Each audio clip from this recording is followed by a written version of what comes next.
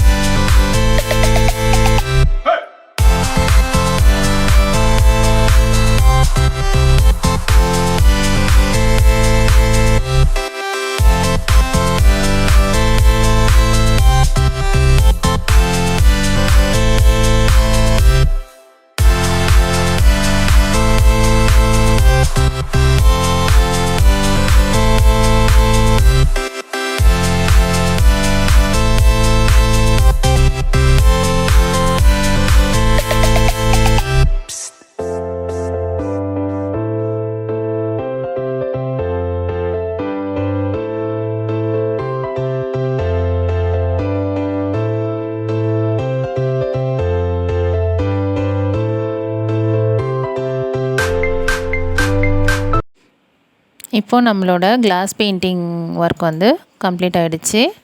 இது ரொம்ப அழகான ஒரு வால் டெக்கராக நமக்கு இப்போ கிடச்சிருக்கு. இதை வந்து நம்ம அப்படியே வைக்கிறத விட ஃப்ரேம் பண்ணால் இன்னும் ரொம்ப அதோட அழகு நல்லாயிருக்கும். அதுக்கு நம்ம வந்து என்ன பண்ணணுன்னா, நம்ம இப்போ வரைஞ்ச பார்ட் வந்து மேலே அப் சைடு இருக்கிறத வந்து டவுன் சைடும், டவுன் சைடு இருக்கிறது அப் சைடும் நம்ம திருப்பி வச்சுக்கணும்.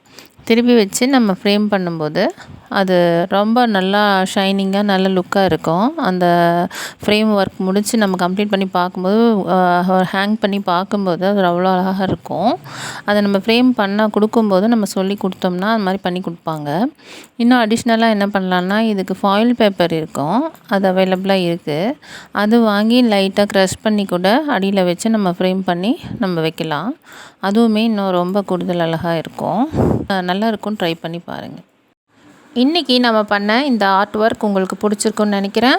இதே மாதிரி வேறு ஒரு ஆர்ட் ஒர்க்கோட உங்களை நான் மீண்டும் சந்திக்கிறேன். என்னோடய ஒர்க் உங்களுக்கு பிடிச்சிருந்ததுன்னா லைக் பண்ணுங்கள், ஷேர் பண்ணுங்கள், சப்ஸ்கிரைப் பண்ணுங்கள். மறக்காமல் பெல் ஐக்கனை கிளிக் பண்ணிக்கோங்க. Until then, take care. Bye bye.